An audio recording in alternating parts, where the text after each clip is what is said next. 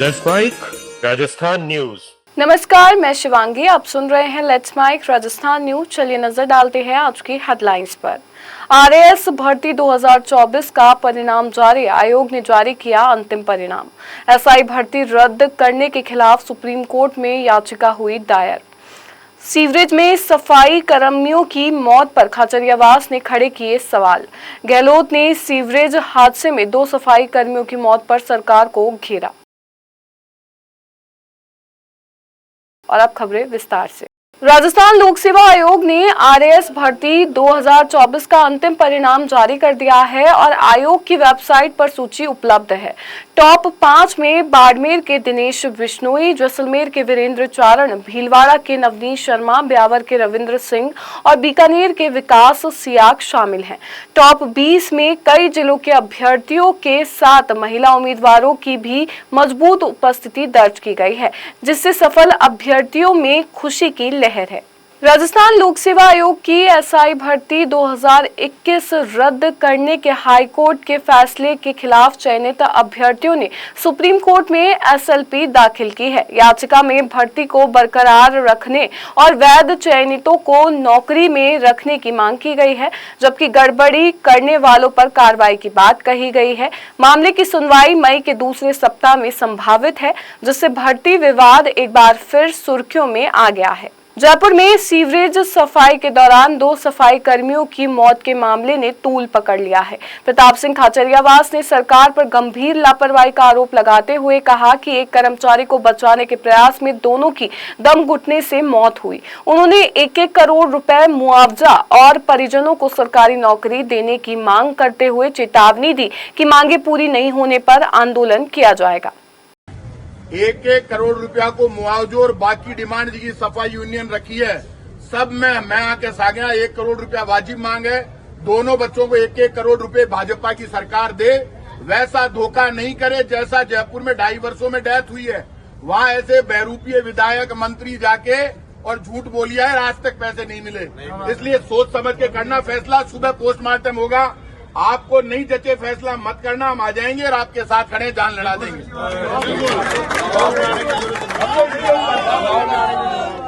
अब तो नंद किशोर जी के ऊपर छोड़ दिया इनके परिवार को। दरबार की जरूरत को नहीं है, इलाज कर देगा। ये भी इलाज कर देगा। चलो देखा नंद किशोर जी, दिखा दीजिए जोर। आज 1 करोड़ रुपए लेना पूरा नहीं, लास्ट वाली रुपए। पूर्व सीएम अशोक गहलोत ने राजधानी में सीवरेज सफाई के दौरान 2 सफाई कर्मियों की मौत पर गहरी चिंता जताते हुए राज्य सरकार को आड़े हाथों लिया है। उन्होंने मुख्यमंत्री भजनलाल शर्मा से सवाल किया कि पिछले 1 साल में 10 से अधिक मौतों के बावजूद जवाबदेही क्यों तय नहीं हुई और मैनुअल स्कैवेंजिंग पर रोक का पालन क्यों नहीं हो रहा है। गहलोत ने कहा कि करोड़ों की मशीनें उपलब्ध होने के बावजूद उनका उपयोग नहीं होना गंभीर लापरवाही है और ऐसी घटनाएं सरकार की संवेदनशीलता पर सवाल खड़े करती है।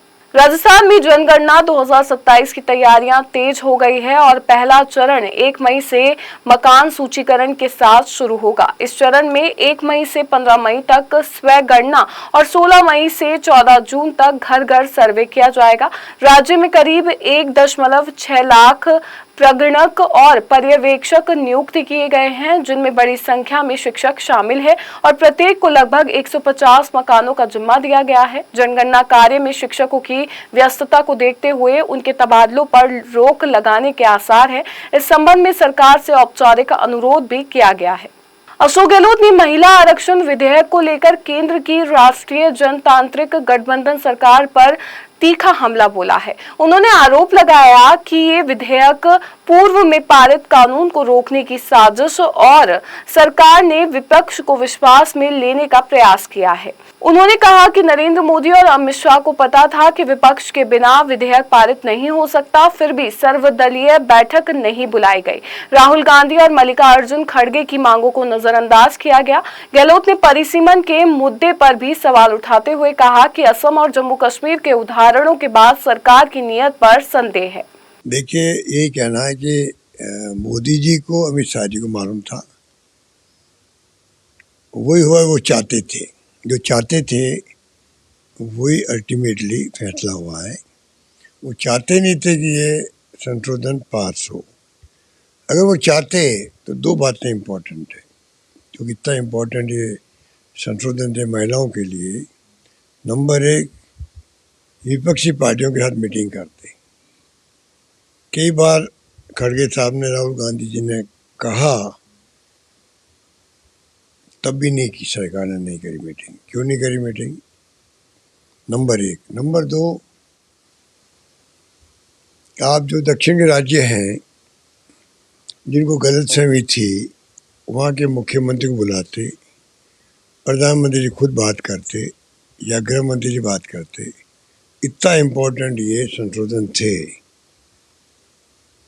पर जिस प्रकार से उनकी सोच थी कि संशोधन रख भी दें, चुनाव के बीच में रख दें, कलकत्ता या बंगाल और तमिलनाडु के, कोई तुक नहीं था। 29 के बाद मीटिंग की मांग कर रहे थे नेता प्रतिपक्ष राज्यसभा के और लोकसभा के। उनको क्या तकलीफ थी, इसका जवाब दे पहले बीजेपी। आंदोलन की तो कितने वो आह्वान कर दे, जनता बहुत समझदार है। ये जो मैं उनसे क्वेश्चन कर रहा हूँ उनका जवाब दे दे पहले। वो चुनाव चल रहे और आपने, खड़गे साहब ने कहा, राहुल गांधी जी ने कहा, उसके बाद में आपने विशेष अधिकारी पहले क्यों बुलाया? 10 दिन में क्या फ़र्क पड़ता? इतना गंभीर मामला था ये तो। और नंबर दो, दक्षिण के राज्य थे, उनसे क्यों नहीं बुला के बातचीत करी? और नंबर तीन, विपक्षी पार्टी की मीटिंग क्यों नहीं बुलाई?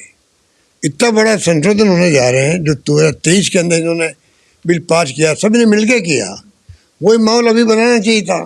राजस्थान राज्य औद्योगिक विकास एवं निवेश निगम ने बड़े औद्योगिक भूखंडों के उप विभाजन को सशर्त मंजूरी दी है, जिससे उद्योग जगत में नई संभावनाएं खुलेंगी। नए नियमों के तहत 20,000 वर्ग मीटर या उससे अधिक के भूखंड 7 साल बाद विभाजित किए जा सकेंगे, जबकि प्रत्येक प्लाट का न्यूनतम आकार 500 वर्ग मीटर होगा।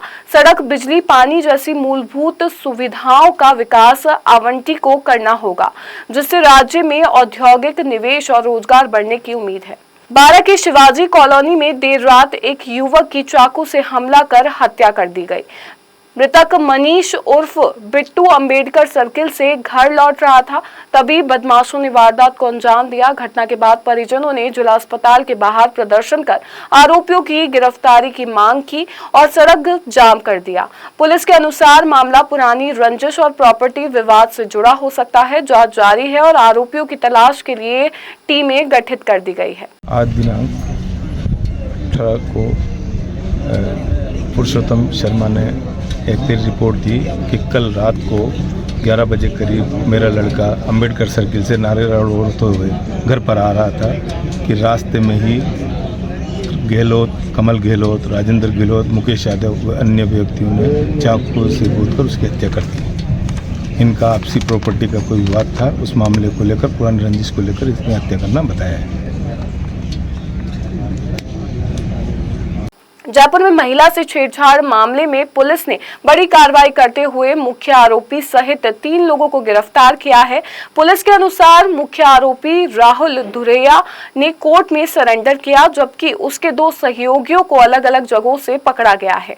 जांच में सामने आया है कि मुख्य आरोपी पर हत्या, लूट और चोरी सहित कई गंभीर आपराधिक मामले दर्ज हैं। जयपुर के जवाहर कला केंद्र में राष्ट्रीय सहकार मसाला मेला 2026 का शुभारंभ हुआ, जो 26 अप्रैल तक चलेगा। सहकारिता राज्य मंत्री गौतम कुमार डक ने मेले का उद्घाटन करते हुए इसे किसानों और सहकारी संस्थानों के लिए लाभकारी बताया। मेले में 150 स्टॉल पर विभिन्न राज्यों के मसाले और उत्पाद प्रदर्शित किए जा रहे हैं, साथ ही सांस्कृतिक कार्यक्रम भी होंगे। मैं शिवांगी, लेट्स माइक स्टूडियो से जुड़े रहिए हमारे साथ। राजस्थान न्यूज में रोज शाम 4 बजे नॉन स्टॉप न्यूज को रेडियो पे सुनने के लिए डाउनलोड करें लेट्स माइक ऐप। नमस्कार। आप सुन रहे थे let's make more than radio. Follow कीजिए हमें हमारे सोशल मीडिया प्लेटफॉर्म्स पर। It's time for news. It's time for more than radio. Presenting the first radio news app, Let's Mike. Let's Mike, a news-based app on your phone where you get to watch and listen news